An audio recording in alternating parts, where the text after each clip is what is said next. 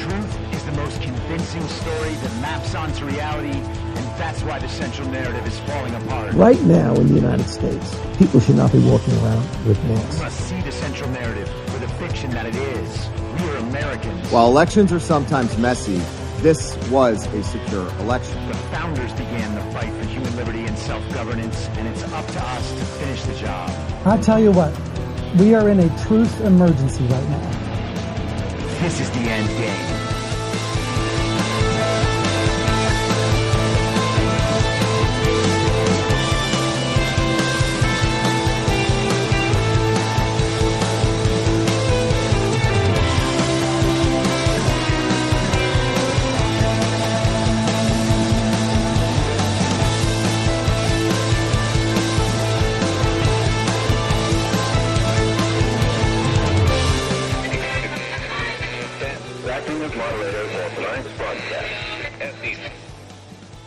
It's Tuesday, January 10th, 2023, the 720th day of dystopia. I'm your moderator, Chris Paul. Let's be reasonable. A warm welcome and hello to all of you listening to the podcast on the day of its release. The only way to do that is by becoming a paid subscriber at imyourmoderator.substack.com. You can do so for as little as $50 a year or $5 a month. And in doing so, you will be supporting me, the work I do, and this show as it expands. And if you can't or you simply don't want to, continue listening to the podcast on a wide range of podcast platforms, including, of course, Rumble. All I ask is that you share it with your friends. You can find the podcast, the writing, the social media, and the merch site by visiting linktree.com/I'mYourModerator. So I'm a little bit sorry about the inconsistency of the show schedule for the last couple of weeks, but obviously we've been covering so much of what's going on in Congress live on Badlands Media. John and I, CanCon, Patrick Gunnels have been on doing that. Just Human joined us Friday evening for discussion of the speaker race. And we're trying to devote some time and some focus to that because we think it's important. We think it's a benefit to the country if the people begin watching what actually takes place in the government and how the government runs. And it's kind of a bit of a clown show. John and Patrick were remarking yesterday that it's a lot of kabuki theater. And of course it is that. And the question is, how do we make it something other than that? How does Congress get restored to being a deliberative body that actually passes legislation to improve the lives of American citizens who this government is supposed to work for? The government is not supposed to be this separate overriding entity that is convincing the citizens to go along with some big plan, but that's what it's become. And of course, the big plan is not for the benefit of American citizens either. The big plan is to usher America into becoming part of a global regime. The plan is very clear. It's not a conspiracy theory. It's a system. You can see how the system works. They tell you what the system is designed to do. They tell you about the moving parts of that system, and you can watch the system produce the results intended. It is not a conspiracy theory. They are moving us into a global government as they are in many other places around the world. And they are often able to do this with no oversight from the American people. We cannot expect these people to run serious oversight over themselves while they serve the regime. Hopefully, at some point, this institution will be restored to the point where it actually does do serious oversight on itself and on various parts of the federal government, the federal bureaucracy, the agencies that make up the deep state. And so yesterday they had debate and then a vote over the rules package. And throughout the time allotted to the Democrats for debate on the rules package, they proposed that something shady and underhanded was going on. There was this secret 3-page addendum that they are still unable to produce now after the second day of discussion about it. They have tried to call the upcoming House select subcommittee on the weaponization of the U.S. government against the American people, the tinfoil hat committee. It's all conspiracy theory. It's all QAnon. It's all trying to get revenge. They are very focused on telling the American public that the new Congress's agenda is going to be a MAGA extremist agenda. They're just trying to protect Donald Trump. They're only going to be offering things approved of by the most extreme members of Congress, who now, they say, have all the power. Well, it's interesting because the Republicans spoke today in the congressional press conference they attended about how, while the Speaker's office has been considerably weakened in terms of the power that the Speaker has amassed in that one position and the top-down control the Speaker can then exert over the House of Representatives, that power has been reduced away from the levels set by Nancy Pelosi, who wanted to consolidate all the power of the House at the top, as communists are prone to do. But the Speaker's office and the Speaker's role in terms of the government as a whole has actually gained in strength, because now there is a hard and fast negotiating position for the Republicans in the House. Nothing gets done without the say of the Republicans in the House, and nothing gets the say of Republicans in the House without that America First contingent and their allies who supported Kevin McCarthy last week. Not to rehash the long episode I put out Sunday evening, but I think that the most obvious and compelling way to see what happened last week is a sweeping victory for Donald Trump, for America First, and for the American people. He controlled essentially both sides of that debate. He allowed the debate he wanted to have play out in public and was able to achieve all of the important priorities for how the House would function in this 118th Congress through negotiations. And eventually, Trump decided, we have achieved enough. This is a great win for us. Take the win. It was a good win. Let's stop this process in the 15th round. Trump made the call. It was Trump's call. The picture of Marjorie Taylor Greene showed that to the American public, and no one has any doubt about how that process was ended. So what we've seen in these first 2 days of debate are the Democrats adamantly defending abortion for some reason. This is just one of the things that they go to whenever they don't want something to pass. They just say it's going to harm a woman's right to choose, because the people on cable news and the communists in the podcast and media world, Blue Anon, all of them, they get to run with that, even when it makes no sense, because they know it gets people riled up and it makes them really mad. It makes them think that Republicans are coming after them in some way for their rights. But abortion's not a right. And with the Dobbs decision, abortion is also not a federal issue. Lindsey Graham made the mistake of trying to make it a federal issue again by talking about a nationwide abortion ban, but Dobbs returned that issue to the states. It's a state issue. Pramila Jayapal and I believe Sheila Jackson Lee both said in their arguments that they were each representative of the 1 out of 4 American women, according to them, who get an abortion. They were bragging about their abortions in order to argue against a congressional rules package. And then they debated defunding the $80 billion set aside last year as part of the Inflation Reduction Act, which, by the way, started as a bill to name a commemorative coin, and then they just piled everything else on it. The inflation reduction parts of it, which do not reduce inflation, the IRS agent funding, the $80 billion, the 87,000 agents.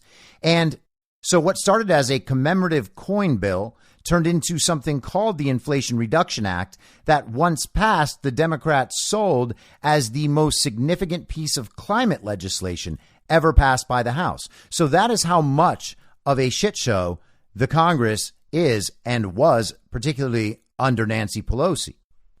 But they spent an hour in debate defending the IRS and the spending. They said the IRS wasn't working properly and collecting enough money from the American people. In fact, with these agents that Republicans are trying to cut, they estimated they would bring in an extra $114 billion a year, while also noting that there was something like $547 billion a year that went uncollected. So with $80 billion and 87,000 more agents, more than doubling the size of the IRS, they still wouldn't be able to find all the uncollected money. They said it was about going after millionaires and billionaires, the richest 1%. Sounded like Bernie Sanders had taken over all their bodies. They were all possessed by the ancient communist demon in mittens. Except there just really aren't that many billionaires. I think there's something like 600 billionaires. You need 87,000 agents to work on that? And of course not. So how many millionaires are there? Well, far more, obviously. Do none of them pay taxes? Do we need the 87,000 agents all targeting all of them? And we know that's not going to happen. They want to go after their political opponents. And very few things could be more obvious than that. So they defended abortion. They defended the IRS. And then today, the two bills that were up for debate, the first one was setting up a committee on our competition with the Chinese Communist Party. And the other was to set up the House Select Subcommittee investigating the weaponization of the U.S. government against the American people. And the Democrats argued against both of those as well. So a lot of it is for show, but it's also important that people see the show and understand what these people are actually doing. What does the Democrat Party represent? None of what the Republicans are proposing is out of line in any way. China is our greatest adversary. The Chinese Communist Party is evil, as all communist parties are, including the Democrat Communist Party in our country, who's defending the Chinese Communist Party against any potential investigations. Why are they protecting the Chinese Communist Party, who has millions of Muslim Uyghurs in concentration camps, who steals American intellectual property, who infiltrates our country, our universities, our research community, our public health community, who controls in some way our entertainment industry, who has personal spying technology on the cell phones of millions and millions of Americans, and who has obviously paid off, corrupted, and compromised key parts of our federal government, including, of course, the fake president, Joe Biden, who is absolutely fully compromised by the Chinese Communist Party. They argued against the House Select Committee to investigate the weaponization of the U.S. government against the American people on the basis that what it really was is not the thing that they're actually going to do. They're not going to be investigating the government's coordination with big tech to censor Americans, for instance. They're not going to investigate the FBI targeting parents at school board meetings as domestic terrorists. The real reason they're setting up this subcommittee is to interfere with investigations that are already ongoing. And of course, they're talking about all the investigations set up during the last Congress to target their political opponents. So investigations against their political opponents, that's what they're worried about defending and preserving. That is what they think Republicans are going after. That's how they're portraying this to the American public. They're not actually going to be pursuing the weaponization of the government against the American people, which is absolutely a real thing and probably one of the greatest political crimes in American history. It is ongoing, an absolute violation of the rights of each and every American citizen. That's not it. They're just trying to defend Donald Trump and themselves against totally legitimate investigations the Democrats set up, like the January 6th committee, for instance. So they passed the new rules package and they passed the legislation defunding that IRS spending. These are two great wins on the first day. And let's just touch on the rules package a little bit. This is from the Washington Examiner yesterday. And let's start a few paragraphs down. The Washington Examiner used to be seen, by the way, as a conservative outlet, and now it is just pure regime nonsense that is written in a sort of way that it could still appeal to normie Republicans, the sorts of people who would be swayed by Lincoln Project ads, let's say. Rules Committee ranking member Jim McGovern from Massachusetts called the package, quote, a ransom note to America from the far right, end quote, criticizing the addendum and highlighting that the first 12 bills and resolutions the new Congress will consider do not address inflation and that 2 of them are anti-abortion.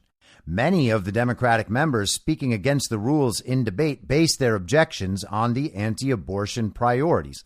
Again, Washington Examiner is accepting the Democrats' framework of what this package actually is, and that this 3-page addendum that no one has produced is real and is somehow a problem. The only reason it's even being taken seriously is because some California Republican named Ken Calvert, who I don't know much about, to be honest, reportedly told Axios that there was such an addendum. That is what they are relying on. And another interesting note is that throughout this time, during the floor debates, people on the Democrat side were entering into the record articles from The Hill and from CNN.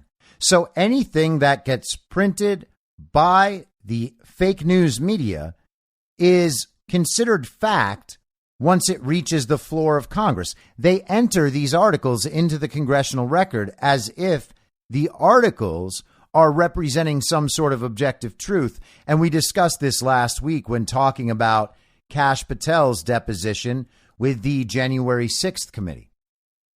Instead of an omnibus bill, all 12 appropriations bills will be considered and passed separately. Good. 2 new committees will be created, one to investigate China and the other to investigate the weaponization. And Washington Examiner put that in quotes, weaponization, because they would never sign on to that characterization of what happened, of federal agencies under the Biden administration. Lawmakers will also have 72 hours to review bills before voting on them, and the Capitol will also be fully reopened to the public. Those are all standard, normal things. These are not things that should be freaked out about. The truth is the Democrats want all of these things packaged so that when they go up and debate and try to defend, they can have an out on what they're voting for. Oh, I didn't vote for it because I wanted to protect 87,000 IRS agents. I voted for it because part of it is anti-abortion. Those are the kind of arguments they'll be making. And I understand that those 2 issues are not tied in the IRS legislation. Okay, just to be clear. They don't want to have to debate each and every issue in front of the American people because it provides them no cover. They actually have to come down on each one of these issues so that their position is known. The lowering of the threshold to the motion to vacate the chair means that any member can demand a vote of no confidence in the Speaker, who would need a majority of votes to stay in office. It returns to the standard from before the tenure of former House Speaker Nancy Pelosi, who did away with it in 2019. And the Democrats are freaking out about that. They don't want the power of the speakership stripped away, even though Nancy Pelosi started it just a few years ago. Another returning provision is the Holman Rule, which gives congressional appropriators authority to reduce the salary of or fire specific federal employees. That is wonderful. They think it's terrible. Why? Because they want to protect the administrative state and the deep state within the federal bureaucracy. A 3-page non-public addendum to the rules package houses other aspects of the agreement McCarthy cut with hardline members of the party, with Democrats decrying them as backroom deals. Republicans assured Democrats during the debate that there was no addendum and that the only change to the package since it was released 2 weeks ago is lowering the threshold for the motion to vacate from 5 members to a single member. But again, they haven't produced the addendum, and the motion to vacate was no secret. That played out in front of the American public last week.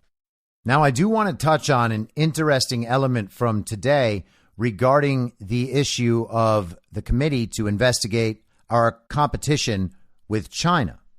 All the Republican members, of course, spoke in favor of the committee being set up, and even some Democrats did. And the thing about China is that, like everywhere else, I talk about good twin, evil twin, factions, sovereign nationalists versus global communists. And we have that in China as well. The Chinese Communist Party is a certain thing. The people of China are an entirely different thing. The people of China long to live in a free country without the CCP. But when you're able to make two things seem like one thing, you can actually obfuscate your intentions when you propose investigations.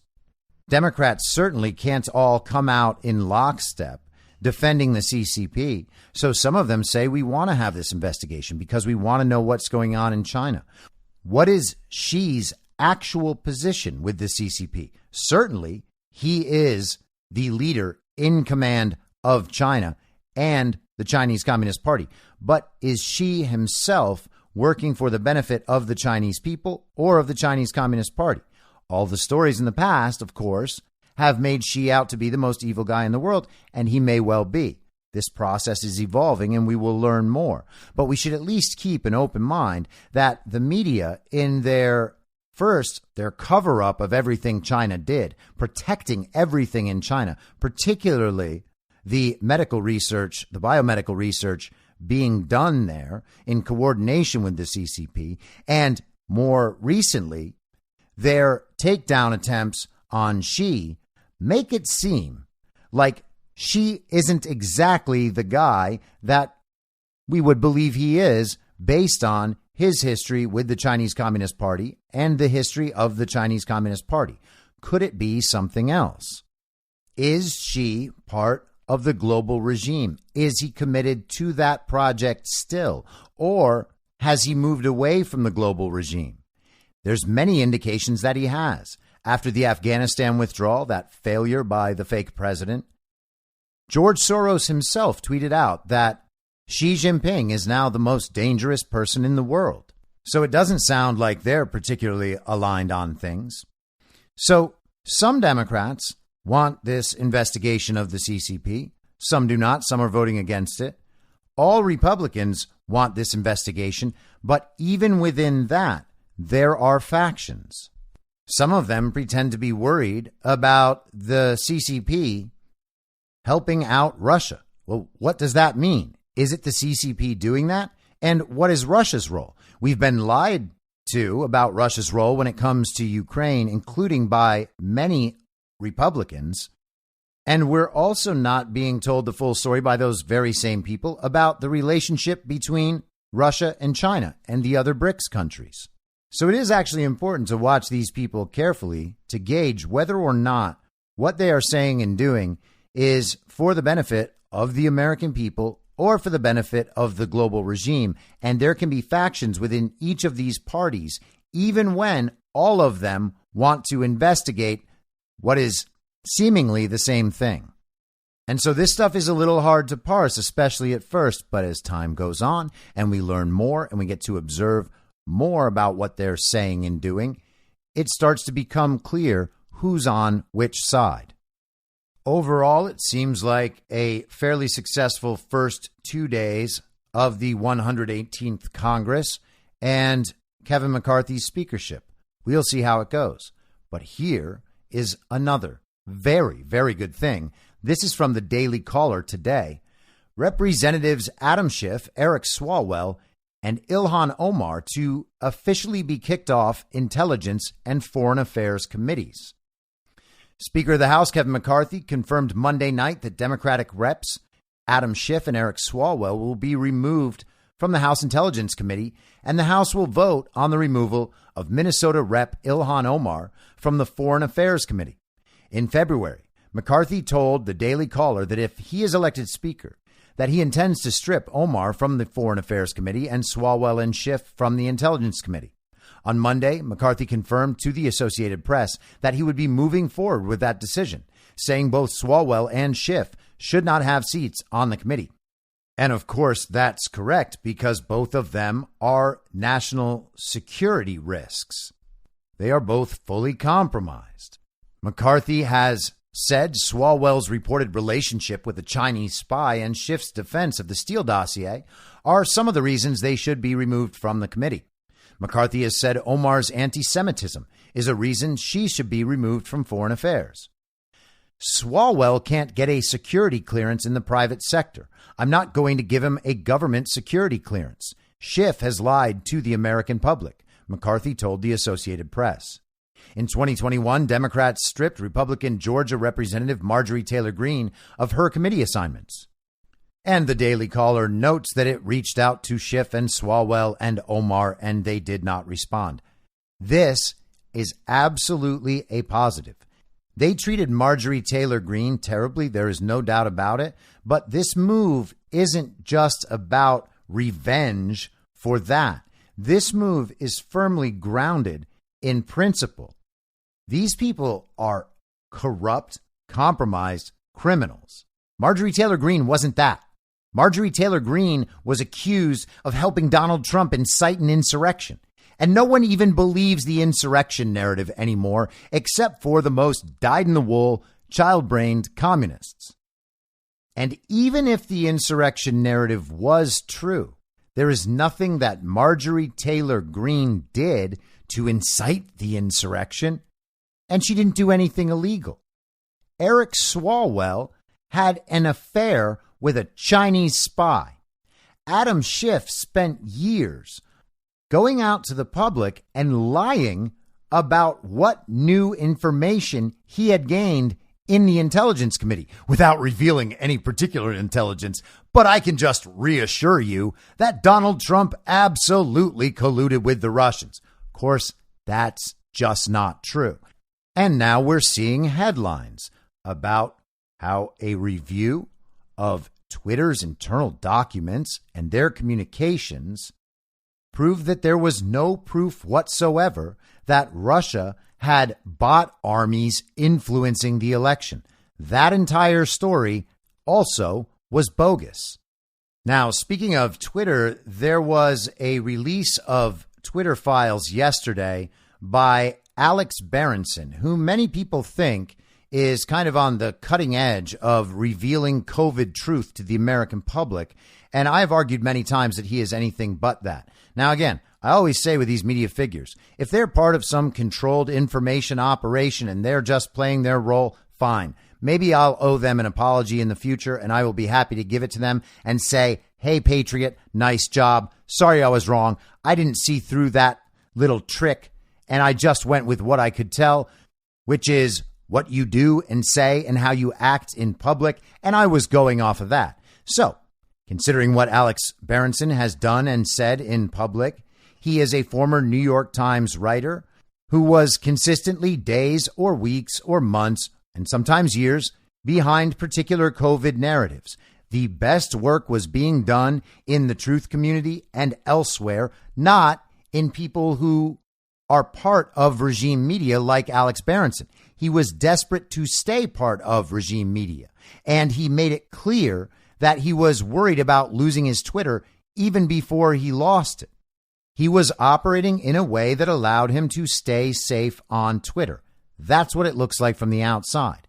When he finally got banned, he crowdfunded so that he could pay for his legal fees in order to sue Twitter. He told the people contributing to his crowdfunding that he would take the case to discovery and share with the people what he's learned. Instead, he took a financial settlement and got his account on Twitter back and did not, as far as I know, I haven't heard anything about this and I would be awfully surprised if it happened, but as far as I know, he did not return any of that money. So Alex Berenson took money from the people, got paid, got his Twitter account back, and hasn't shared any of that with the public. He did not reach discovery. But now he has something so much better that's going to make up for all of it. And that's the Twitter files. Except Alex Berenson is taking a bit of a different approach to the Twitter files. Rather than presenting them as a long Twitter thread, Alex Berenson decided to make a 4-post thread and then direct people to his own Substack. and then later bragged about how it had been viewed 11.2 million times. And hey, that's great. I hope the maximum number of people see this information and actually incorporate it into their understanding of what's happening during these times. But why are the Twitter files now an opportunity for all these regime journalists to increase their public profile? Honestly, what is going on here? But let's go through this quickly. It's not too long. So he presents part of it on Twitter. His initial tweet has now been viewed 19.9 million times. So that is very impressive.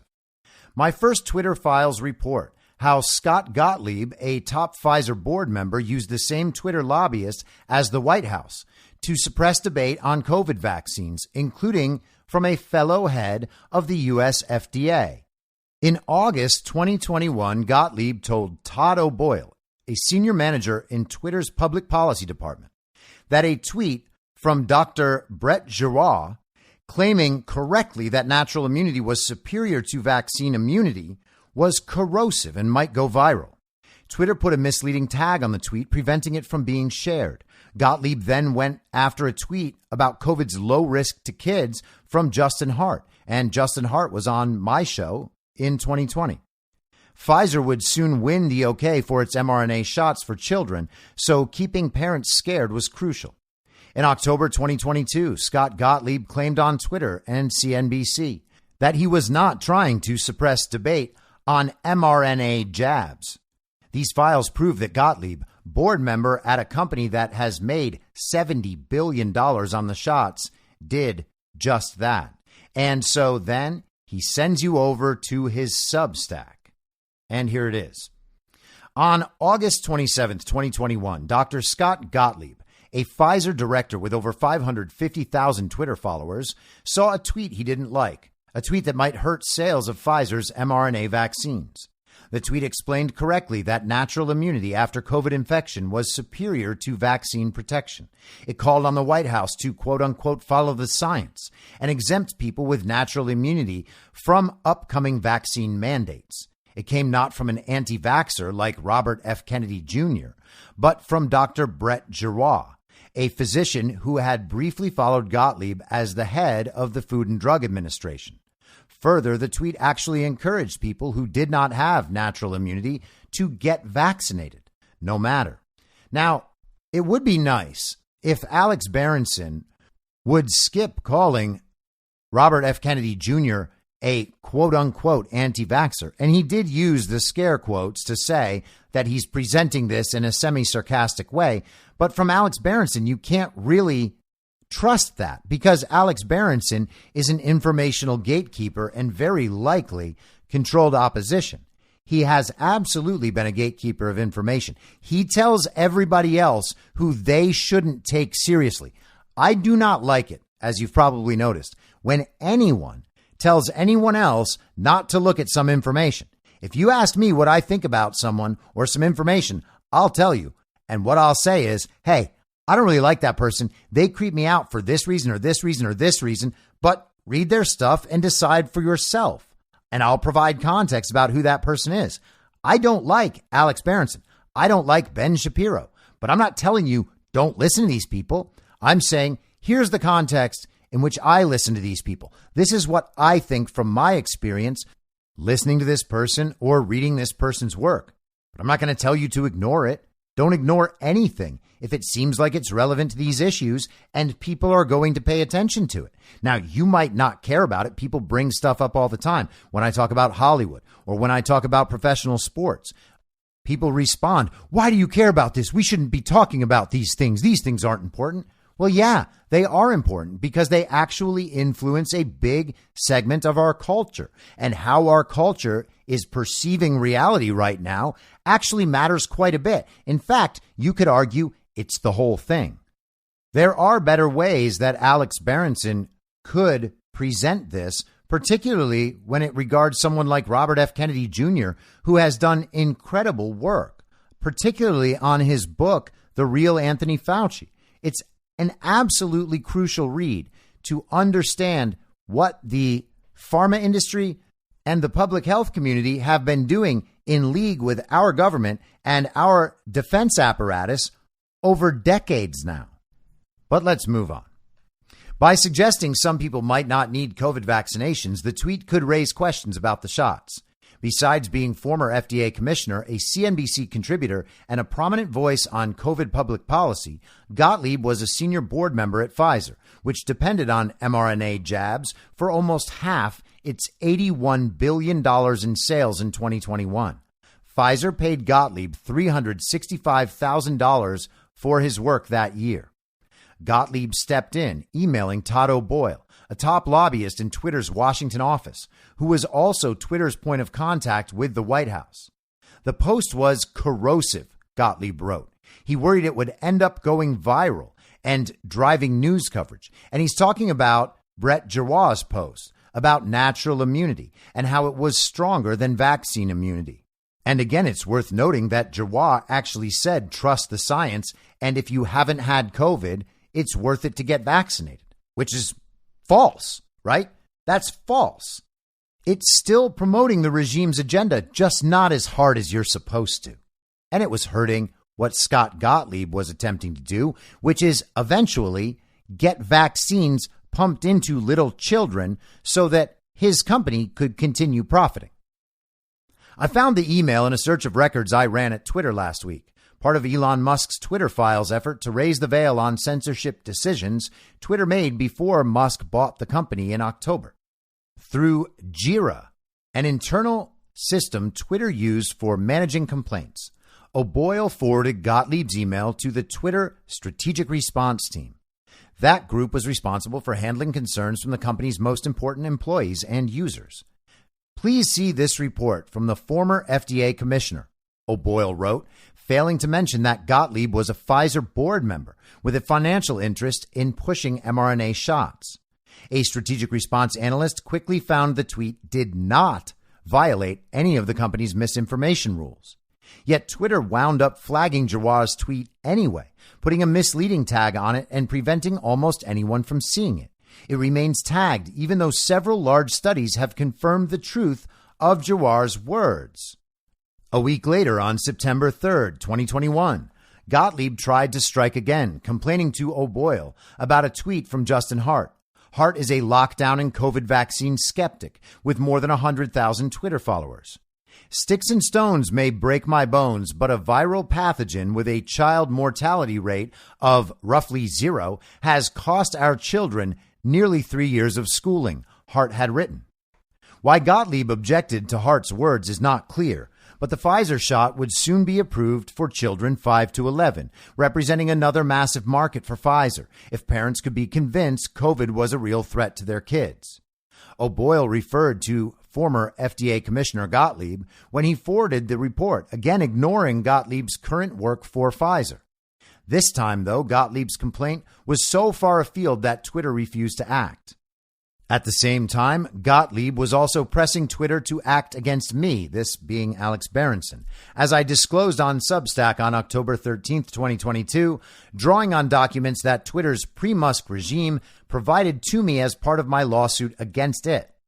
Gottlieb's action was part of a larger conspiracy that included the Biden White House and Andrew Slavitt, working publicly and privately to pressure Twitter until it had no choice but to ban me. I will have more to say about my own case and will be suing the White House, Slavitt, Gottlieb, and Pfizer shortly. And he probably won't get to discovery in those either. He'll just take the settlement, be like, hey, I defeated the big monster. Nah, buddy, you got paid.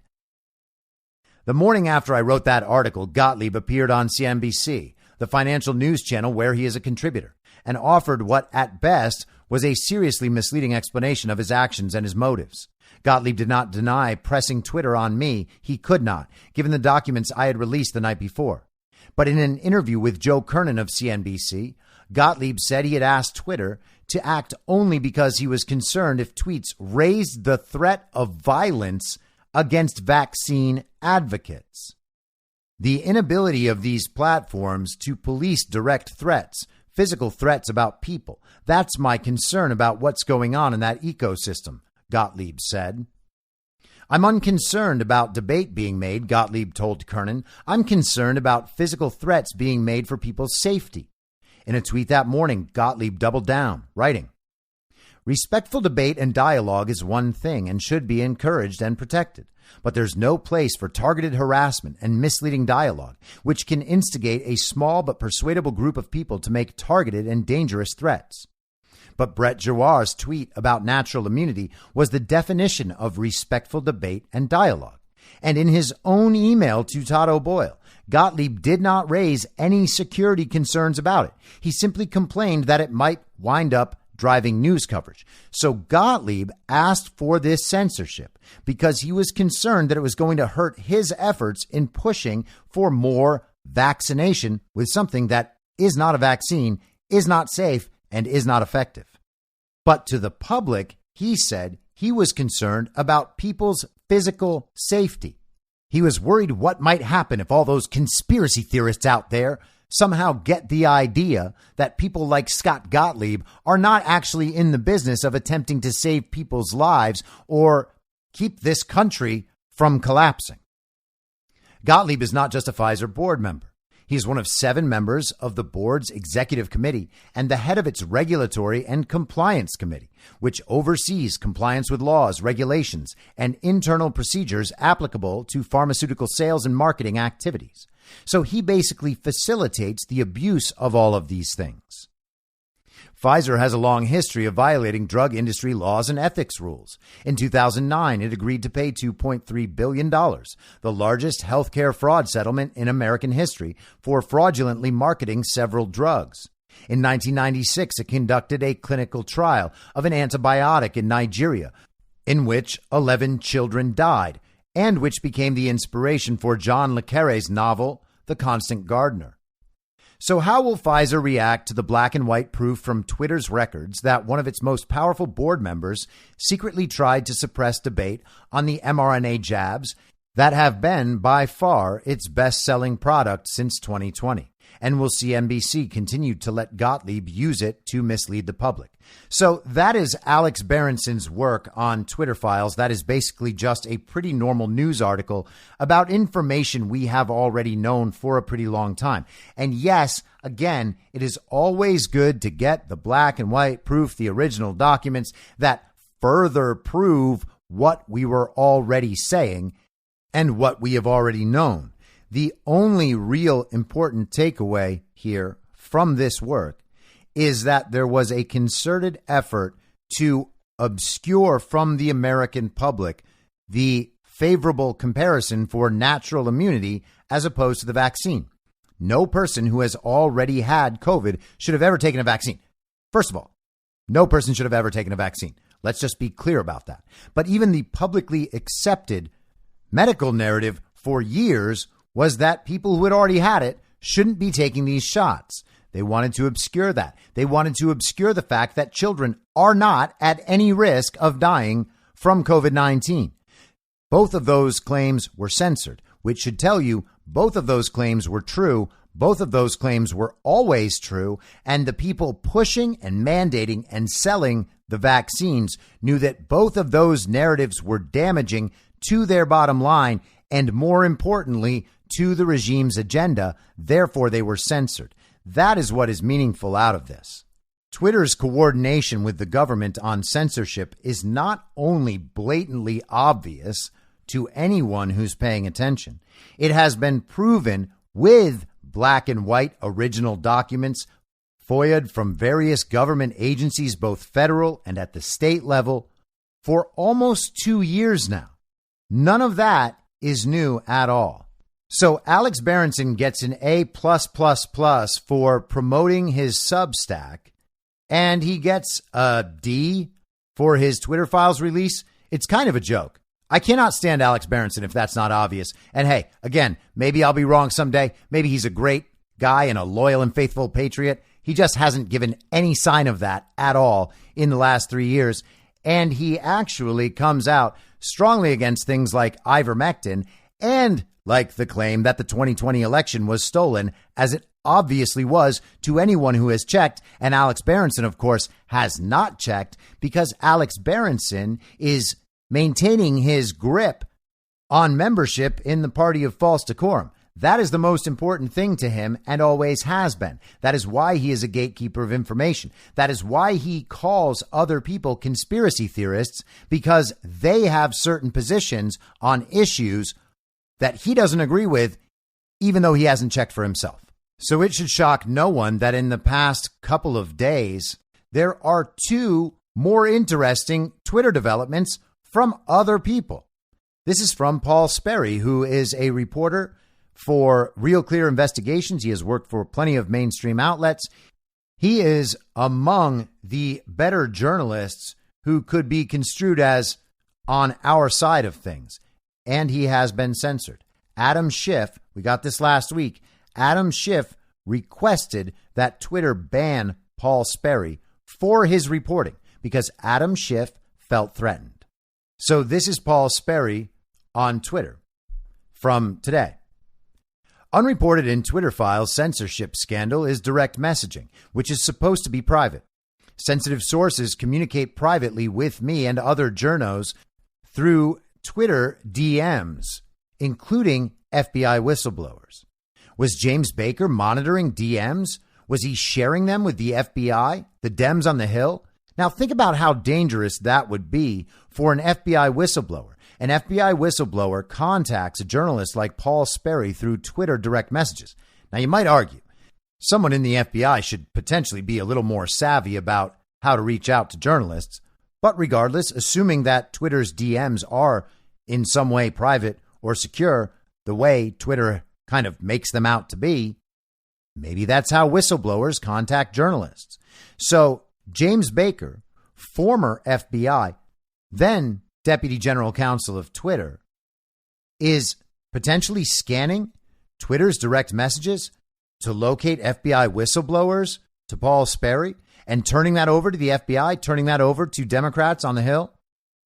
Direct messaging is something I hope Elon Musk also investigates. The possible internal spying on targeted users' DMs and Twitter gatekeepers' abuse of otherwise private DM channel. And he goes on. James Baker has finally deleted his Twitter bio, listing him as Twitter's Deputy General Counsel, and his LinkedIn. It's official. He's gone. But what smoking guns did he deep six before he was discovered vetting the Twitter files? He was under Hill preservation orders. The Twitter files and a wider effort to muzzle the media is a huge story and one highly relevant to the DC press corps, yet they haven't touched it. Instead, there's been press backlash against Taibbi and Musk. Taibbi, an old ACLU liberal, has received nothing but scorn, even death threats. So that's a pretty big deal. The monitoring of direct messages assumed to be private, including potentially even the monitoring of FBI whistleblowers, and all of that potentially being turned over to the FBI or to regime politicians in the swamp. Now let's go to Missouri's new Attorney General, Andrew Bailey, who has taken over for Eric Schmidt. He released this little thread on January 6th. When I took office, I swore that I would protect the Constitution. Here's why. We now have hard evidence that President Biden's administration colluded with social media companies to censor differing viewpoints and silence quote-unquote misinformation that was later deemed true. Here, a White House employee asks Twitter to silence Robert Kennedy Jr., a known critic of the White House's COVID-19 narrative. And here is the email from someone named Clark Humphrey to a Robert Flaherty and people at Twitter. Flagging Hank Aaron misinfo. Hey, folks, wanted to flag the below tweet and am wondering if we can get moving on the process for having it removed ASAP. And then if we can keep an eye out for tweets that fall in this same genre, that would be great. Now, the claim was that Hank Aaron got the COVID shot and died soon after. That claim happens to be true. They went out and they found primarily Black American professional athletes to sell the vaccine to Black American citizens. Hank Aaron got the shot, died shortly after. Franco Harris just passed right before Christmas. Pittsburgh Steeler legend, the man who made the Immaculate Reception. He was out there advocating for the vaccine with another Steeler great, Mel Blount. Franco Harris is now dead. Is it vaccine related? We don't know. Can't say for sure. But they certainly didn't list another cause. He was 72 in what seemed to be good health and died suddenly. But at the time Hank Aaron died, we were told that's not possible and you're not even allowed to suggest it. You are threatening the health of everyone. You are threatening to prolong the pandemic if you don't get vaccinated. How could you use this brave Black American sports hero as an example of a vaccine death? Are you trying to create vaccine hesitancy? Are you a vaccine denier? They just couldn't have that. So instead of proving that Hank Aaron had actually died of something else, they just tried to censor the conversation by Robert F. Kennedy Jr. It seems like they were really dead set on convincing Black Americans to take this experimental gene therapy that is not safe and is not effective. Here, the Biden White House directs Facebook to shut down conservative voices Tucker Carlson and Tomi Lahren. The key email is from Rob Flaherty, who is the director of digital strategy at the White House. And he emails, among others, Andrew Slavitt. Since we've been on the phone, the top post about vaccines today is Tucker Carlson saying they don't work. Yesterday was Tomi Lahren saying she won't take one. This is exactly why I want to know what, quote unquote, reduction actually looks like. If reduction means, quote, pumping our most vaccine hesitant audience with Tucker Carlson saying it doesn't work, end quote, then I'm not sure it's reduction. So they're worried about people saying the vaccines don't work or that they won't take one. That messaging is too threatening to what they're attempting to do, so they want it outright censored. That is the illegitimate president's administration with the tech companies trying to censor Americans in direct violation of their First Amendment rights. That's not just a federal agency, that's the White House itself asking for the American people to be censored. Here is an example of big tech towing the line for Biden. This is an email from a redacted sender at Google to, once again, Rob Flaherty. We appreciate your interest in our announcement today. With regards to your question on the tweet, it is important to keep in mind that borderline content accounts for a fraction of 1% of what is watched on YouTube in the United States. We use machine learning to reduce the recommendations of this type of content, including potentially harmful misinformation. You got that? Machine learning. Their algorithm decides what you're allowed to see, and they tone down all the stuff that is going to upset the regime's agenda. So they're already doing it. Their technology is totally prepared to censor people, or to at least make sure that no one sees that bad content. In January 2019, we announced changes to our recommendation systems to limit the spread of this type of content, which resulted in a 70% drop in watch time on non-subscribed recommended content in the United States. And our goal is to have views of non-subscribed recommended borderline content below 0.5%. I will keep you updated with any new policy or product improvements that we make as we continue our work to help people find authoritative health information on YouTube. Oh, authoritative information derived from the authoritative source. You can never question the authoritative source. Robert F. Kennedy Jr.'s organization, children'shealthdefense.org, is regularly cited as an example of vaccine hesitancy or vaccine misinformation. The truth no longer matters to the White House, writes Attorney General Andrew Bailey. They, quote, really couldn't care less about products unless they're having measurable impact, end quote, on suppressing speech. He includes an email from Rob Flaherty at the White House to someone at Facebook. The subject line is a response, follow-up WA responses. Flaherty writes, thanks for this. Redacted name should be trying to land a time. will say I'm really mostly interested in what effects the interventions and products you've tested have had on increasing vaccine interest within hesitant communities and which ones have shown promise. Really couldn't care less about products unless they're having a measurable impact. So when he's talking about products and interventions here, he's talking about ways that they are able to manipulate the public conversation. He wants to know that there has been a measurable impact in terms of increasing vaccine interest. So this isn't about reducing misinformation or disinformation. They want these tools primed and directed toward increasing vaccine interest. They want to up the sales and the acceptance and the intake of this vaccine, which is not a vaccine. And while the product Safari has been interesting, at the end of the day, I care mostly about what actions and changes you're making to ensure you're not making our country's vaccine hesitancy problem worse.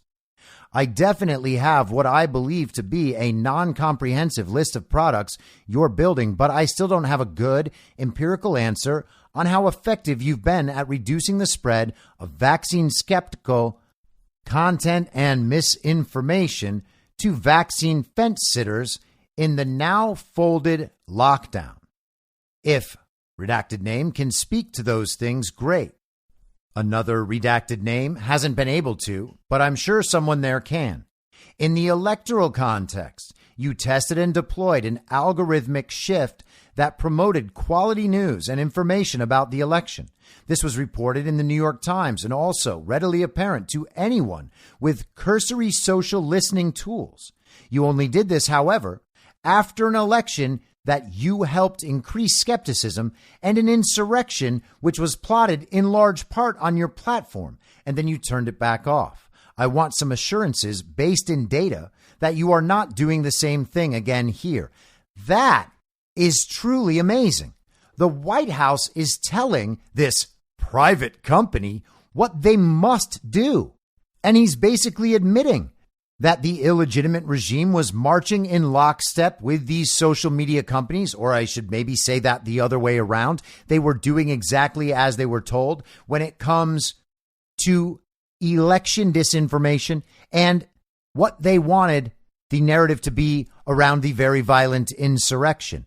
And then somehow it got turned off. Well, that itself is very interesting. This is the White House saying, after the stolen election, after the very violent insurrection, while we're already well into the vaccine period, after the lockdowns, after the masks, after the school closures, after all that, everything that had been suppressed on behalf of the regime by these tech companies, it's still not enough. It still is not enough. They need more and more censorship of the American people. Really incredible stuff. But let's keep going. Bailey writes, here is evidence that this scheme starts, quote, at the highest, and I mean highest, levels of the White House. This is from Rob Flaherty to a bunch of redacted names at Google, also to Andrew Slavitt at the Executive Office of the President, as well as Clark Humphrey and Kelsey Fitzpatrick. The subject line is following up on today's conversation. All. Thanks again for the conversation today. We'll look out for the top trends that you've seen in terms of misinformation around the vaccine. To recap, as we move away from a supply problem toward a demand problem, we remain concerned that YouTube is, quote unquote, funneling people into hesitance and intensifying people's hesitancy. We certainly recognize that removing content that is unfavorable to the cause of increasing vaccine adoption is not a realistic or even good solution. But we want to be sure that you have a handle on vaccine hesitancy generally and are working toward making the problem better. This is a concern that is shared at the highest, and I mean highest, levels of the White House, so we'd like to continue a good faith dialogue about what is going on under the hood here. I'm on the hook for reporting out. So this paints the picture of Rob Flaherty being the go-between between the highest, and I mean highest, levels of the illegitimate administration and the tech companies. all of the tech companies, not just Twitter, but Facebook and Google. Google, of course, owns YouTube. Facebook, of course, owns Instagram. And at the very highest levels of the fake administration, which could mean all the way up to the illegitimate president. But the thing is, he is mentally incapacitated and certainly not in charge of anything. So who are they talking about? One of his handlers? Is it someone on the Barack Hussein Obama side of the illegitimate administration? I guess we'll see. But this problem of suppressing the speech of American citizens in direct violation of their First Amendment constitutional rights, as well as their human rights, goes all the way up to the tippy top. Bailey finishes. These emails confirm what we've known all along. The Biden administration has been colluding with social media companies to stifle opposing voices. I will continue to push back against this blatant attack on the First Amendment with every tool at my disposal. So both of those, to me, seem far more important than the relatively minor advancement caused by Alex Berenson's reveal. Discussion about monitoring of direct messages when it comes to FBI whistleblowers is a massive new issue. And direct evidence of the very top levels of the illegitimate administration being directly involved in the censorship regime is also a significant narrative advancement. And naturally, these dominoes will continue to fall. Now, I must apologize for not getting to the coverage of what's happening in Brazil, as they have staged a direct, absolute parallel to the very violent insurrection. We are seeing the regime's color revolution playbook as it plays out around the world at different times in different locations, as I've been discussing with you now for 2.5 years, maybe more.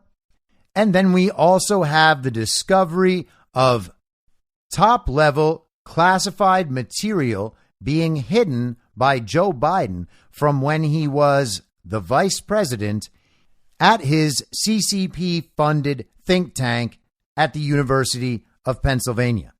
Those are both massive stories, and I promise that I will give them their proper time, very likely tomorrow.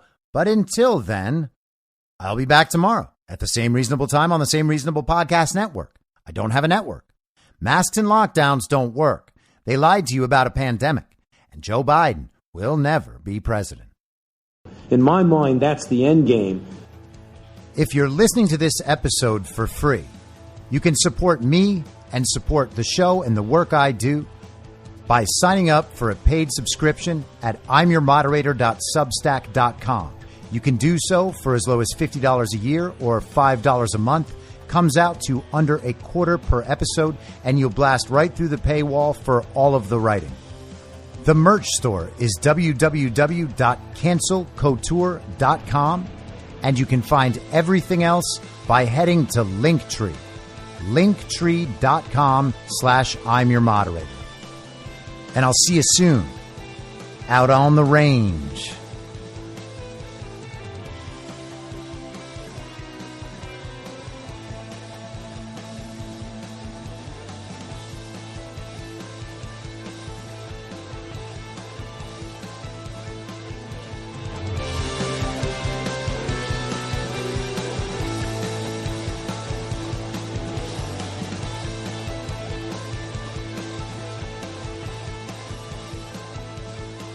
It's happening!